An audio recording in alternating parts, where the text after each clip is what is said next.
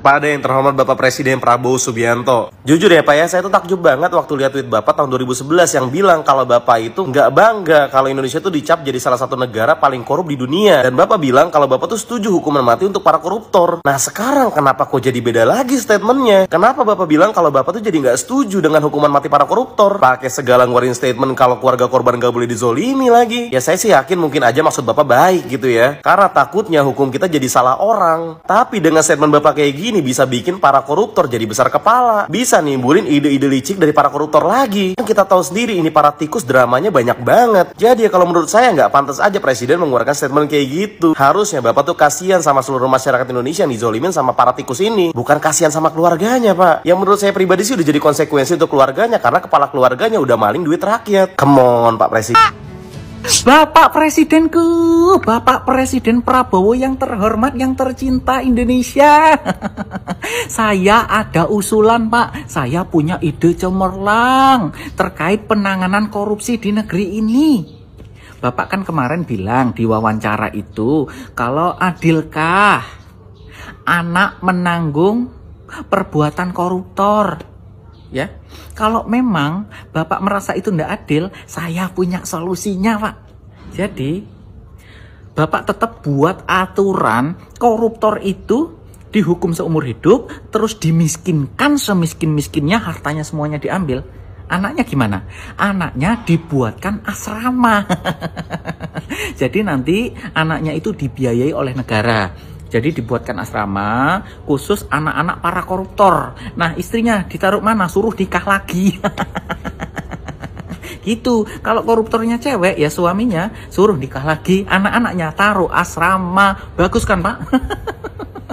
Nanti asrama anak koruptor gitu Pak. Itu adil karena apa? Karena negara ikut membiayai anak-anak koruptor itu. Anak-anak koruptor tidak terlantar, tetap disekolahkan, tetap dikasih makan, tapi di dalam satu asrama yang sama anak-anak koruptor gitu Pak. Ide saya bagus kan? Cemerlang Pak, gimana menurut Anda?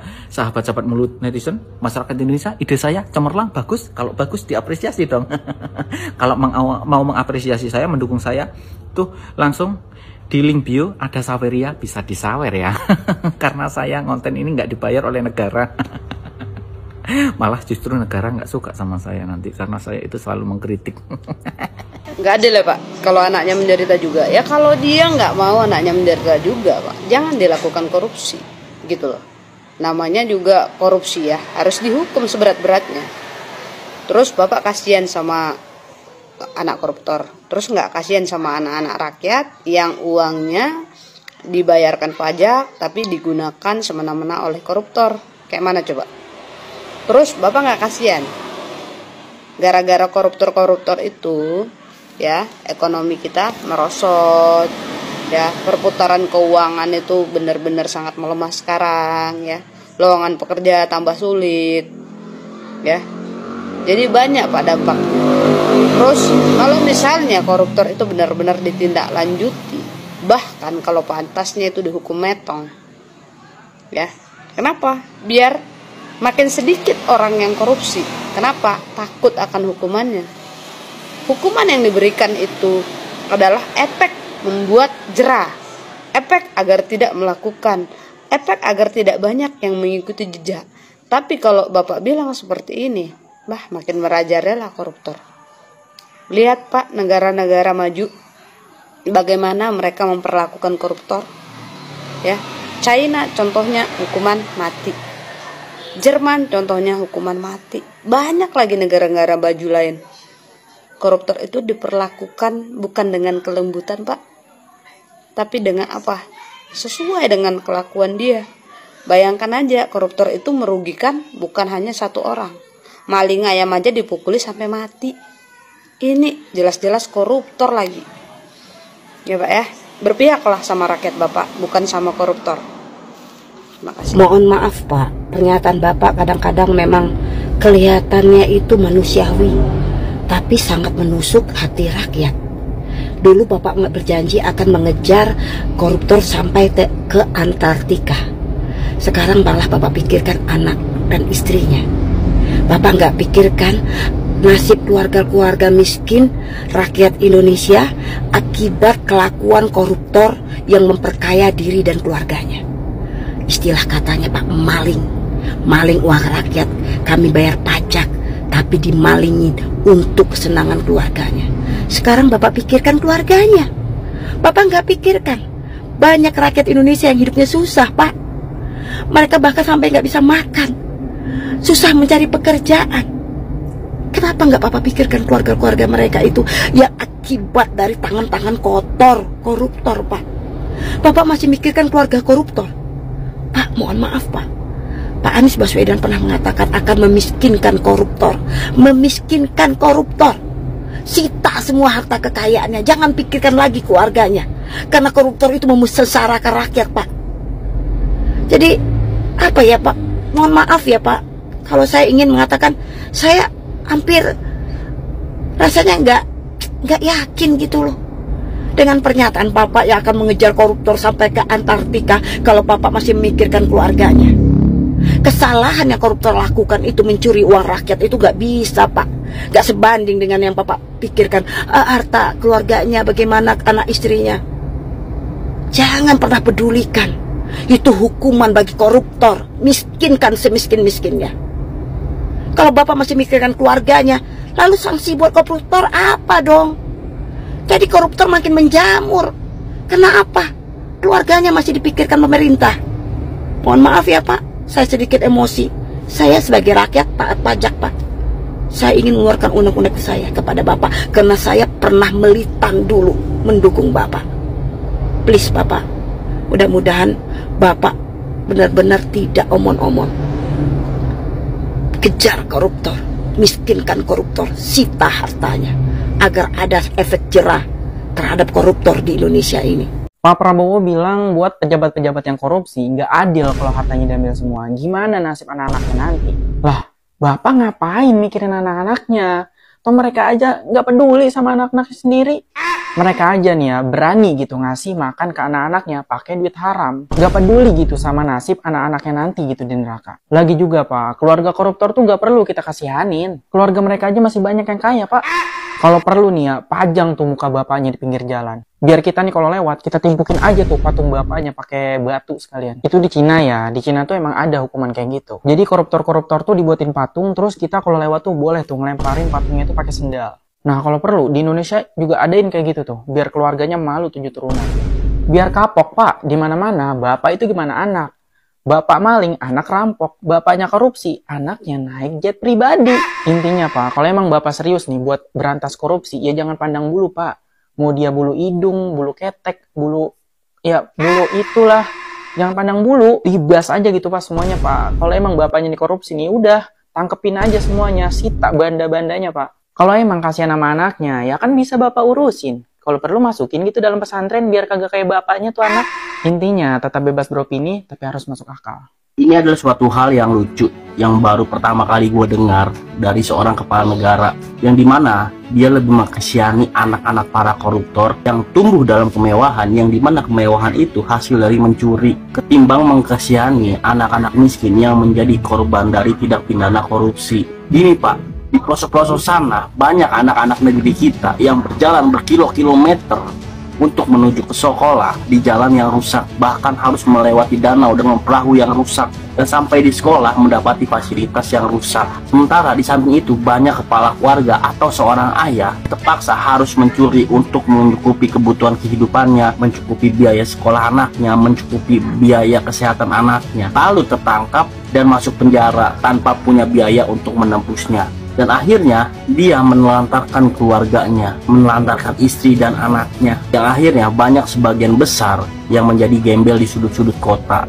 Tapi yang mirisnya, tidak ada belas kasih untuk mereka. Yang dikasihani malah anak-anak koruptor yang turun kasta dari hidup mewah menjadi hidup yang lebih sederhana. Ternyata di negeri ini hak asasi manusia hanya berlaku bagi para pelaku koruptor saja, bukan bagi para rakyat yang menjadi korban utamanya. Mantan Perdana Menteri Singapura pernah berkata, negara yang korup adalah negara yang gagal, karena pemimpinnya lebih sibuk mempercaya diri daripada membangun bangsanya. Dan Abraham Lincoln juga pernah berkata, korupsi itu adalah racun yang menghancurkan keadilan, merusak ekonomi dan memperbudak rakyatnya. Jadi kalau ada pemimpin yang tidak mau memberantas korupsi di negaranya, sudah jelas Berarti pemimpin itu adalah orang yang ingin menghancurkan keadilan di negaranya, orang yang ingin merusak ekonomi dan memperbudak rakyatnya. Pak Presiden mau memiskinkan koruptor. Setuju. Udah waktunya koruptor tuh dikulitin, dikeringin, disedot pakai sedotan WC kalau perlu. Selama ini koruptor kan dihukum, masuk penjara bentar, keluar-keluar masih punya villa di puncak. Aku yakin loh di LP Sukamiskin tuh ada level membership kayak mau masuk sel biasa atau sel plus jacuzzi. Pak Presiden bilang, miskinkan koruptor, hancurkan Pak, bikin koruptor tuh nyesel udah nyolong. Biar mereka tuh bangun pagi lihat dompet tuh isinya cuma KTP, SNK motor orang, sama kupon diskon Alfamart yang udah expired. Tapi di saat yang sama Pak Presiden juga bilang, tapi kita juga harus jaga nilai-nilai keluarga. Pilih salah satu dong. Mau miskinkan koruptor atau jaga keluarga koruptor. Jangan mau segalanya kayak anak kecil mau ulang tahun di 2 tempat sekaligus. Bapaknya korupsi, ditangkap, dimiskinin. Anaknya tiba-tiba pas di sekolah, Bokap lo masuk berita sih. Oh iya, sekarang bokap gue lagi ikut challenge 30 hari hidup tanpa saldo. saking dibelanya konsep keluarga ini, nantinya koruptor tuh diadili sambil didampingin keluarga. Pas jaksananya, Saudara tersangka, apakah benar Anda korupsi? terus anaknya nyaut, Tapi bapak baik koci di rumah suka pergi-pergi THR. negara ini lucu, mau adil tapi pakai perasaan, mau hukuman jalan tapi takut bikin cucunya malu. Aduh, Pak, Bapak kira koruptor itu waktu nyolong dengan perasaan, Pak? Nggak ada tuh koruptor yang bilang, Maaf ya negara, aku ambil duitmu dulu. Aku lagi nggak enak badan. mau miskinin koruptor. Gaspol, Pak, biar mereka tuh sampai jadi YouTuber dengan channel live after korupsi, kontennya hari ke-12 makan garam pakai sedotan. Aku nggak butuh koruptor dimiskinin terus dikasih empati, Pak. Empati itu buat rakyat yang kelaparan karena duit bansosnya dia tilep, Pak. Koruptor tuh bukan mantan pejabat yang kilaf, itu bandit berseragam rapi. Dan satu-satunya keluarga yang harus mereka jaga itu cuman keluarga korban korupsi. Masalahnya di negeri ini koruptor tuh kayak mantan artis, udah nggak layak tayang tapi masih sering masuk berita. Dan yang bikin panas itu apa? Masih ada aja yang bilang, jangan terlalu keras dong sama dia, kan kasihan anak istrinya. Waktu dia nyolong, dia nggak kasihan nama rakyat. Kalian tahu nggak kenapa koruptor di Indonesia tuh masih nyantai? Ya karena hukuman di sini tuh bukan bikin miskin, tapi bikin kenalan baru. Masuk penjara, punya teman baru. Keluar penjara, reunian, terus buka bisnis bareng. Miskinkan koruptor. Iya, tapi setengah hati. Kayak ngasih sanksi tapi diselipin empati. Ini hukumannya, tapi kamu masih manusia. Ya manusia yang bikin negara muflis sih, Pak. Koruptor dimiskinkan, setuju. Biar ngerasain hidup kayak kita. Biar mereka tuh juga tahu rasanya beli pulsa 5.000 pakai Shopee Pay, atau beli minyak goreng saset dan itu pun dikira sampel. Dulu saya punya 7 rumah. Sekarang tinggal kontrakan 3x3. Lah, kenapa gak kerja, Pak? Iya, jadi saya di blacklist. Ya iyalah, orang Anda dulunya maling. Gak usah lah dibungkus pakai empati keluarga. Karena waktu korupsi mereka tuh bukan bapak yang kerja untuk anak. Mereka itu bandit dengan gelar sarjana, nyolongnya pakai jas, nulisnya pakai tangan kanan, terus tanda tangan pencairan dana dah tuh. Terus tangan kirinya sambil ngelus-ngelus anaknya. Nah, nanti bapak beliin DS5 ya dari anggaran taman kota. Kalian tahu nggak kenapa koruptor itu harus dimiskinkan? Karena cuman itu cara biar mereka tuh nggak bangga sama hasil curian. Biar cucunya nanti nanya. Eyang itu dulu kerja apa? Dan dia jawab, Yang dulu pernah jadi sampah sejarah. Bapak Prabowo berpidato, apakah adil buat anaknya karena bapaknya korupsi dan hasil dosa-dosa orang tuanya, kan gitu. Apakah adil juga Pak buat kami, gitu Pak. Jadi kalau bahas koruptor, Bapak mengambil aset-aset negara dari koruptor, itu wajar Pak. Belum Bapak hukuman langsung Pak, hukuman mati atau dimiskinkan. Pak, kalau untuk koruptor tidak ada kasihan Pak. Mereka mengambil uang negara, miskin negara ini, membuat sengsara rakyat. Perkara rakyat yang mendampaknya Pak membayar pajak, menaikkan pajak. Apakah adil buat kami Pak? Jangan cerita adil Pak pada koruptor Pak. Tidak ada adil-adilnya Pak. Ya, kalau Bapak mikirkan adil, negara ini akan seperti ini terus Pak. Koruptor akan bertambah Pak. Salam Pak buat rakyat. Ini sih namanya the real of omon-omon tingkat dewa ya. Lalu apa fungsi Anda sebagai pemimpin yang harusnya melindungi segenap rakyat Indonesia dari segala tindak kejahatan termasuk kejahatan korupsi ya.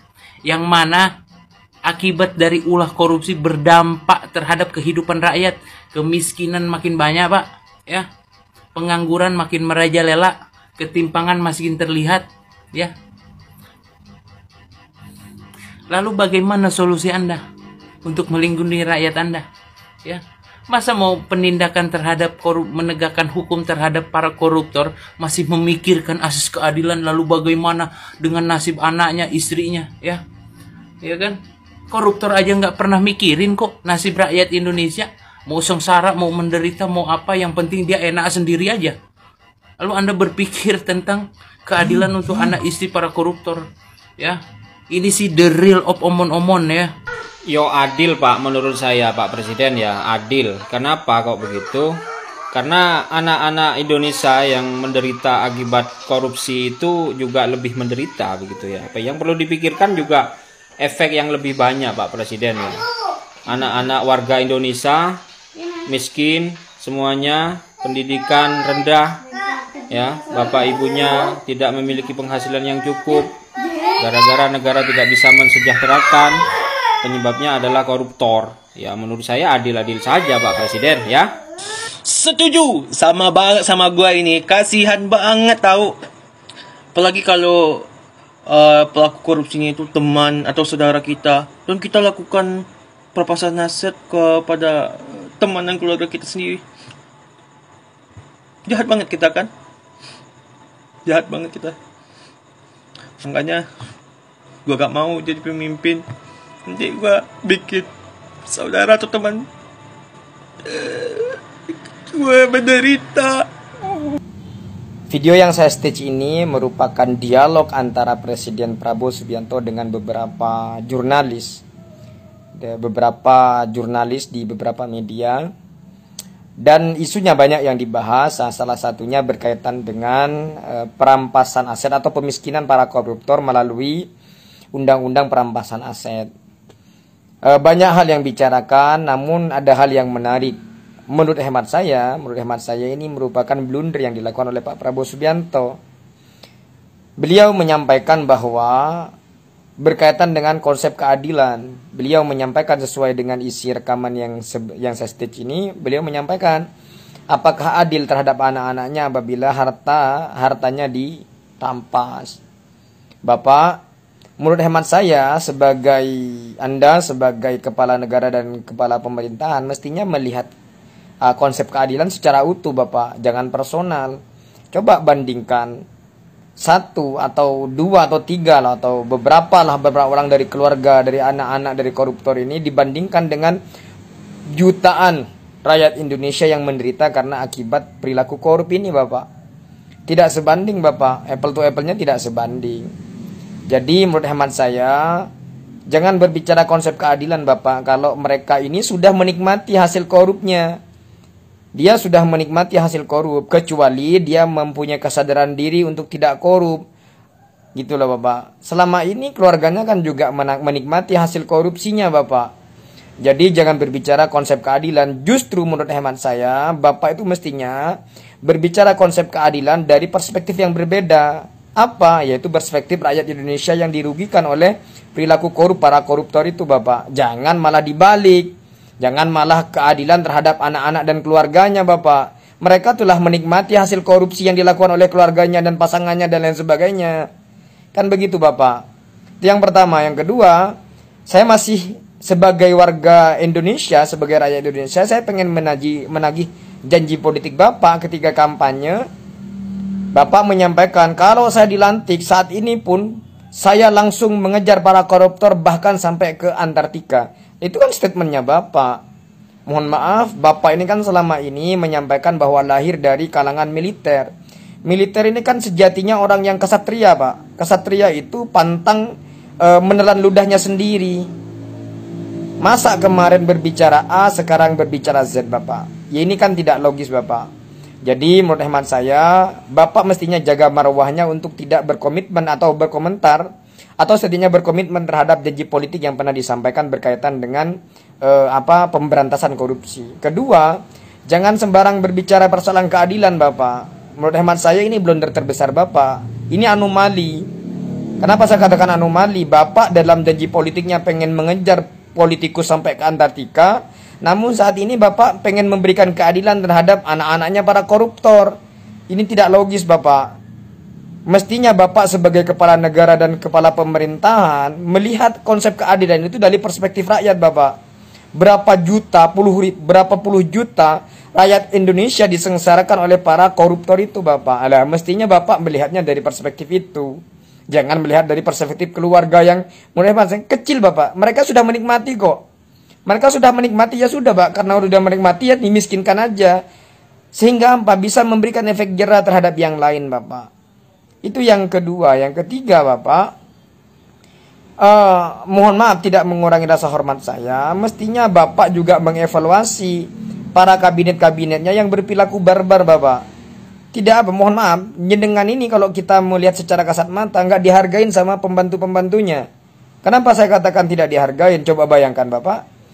Bapak Presiden menyampaikan kita harus efisiensi. Berarti kan secara logika sederhananya menurut masyarakat awam, kita kan diminta untuk berhemat toh. Kan begitu. Contoh Bapak menyampaikan kalau cabai lagi mahal, ya jangan makan pedas-pedas. Itu kan yang pernah Bapak sampaikan. Lah pertanyaannya, perekonomian bangsa ini sekarang lagi berat, kemudian perilaku menterinya barbar, Bapak. Coba cuman ke Solo itu pakai jet pribadi, Bapak. Nah, terus konsep uswatun hasanahnya di mana sebagai pemimpin, Bapak? Tidak ada. Mestinya itu yang Bapak harus tata, tegur. Kalau perlu dibinasakan aja, Bapak, kalau tidak bisa menghargai komitmennya Bapak. Bapak ini kan presiden gitu loh. Kalau ada menteri-menteri yang mbalelo begitu, ya dihabisin aja, Bapak, gitu loh. Masuk di sini, habisin di sini, ya disikat aja, nggak usah di reshuffle aja, Bapak. Gitu, Bapak ya. Menurut hemat saya, kalau Bapak mau berbicara keadilan, jangan melihat dari perspektif keluarganya para koruptor.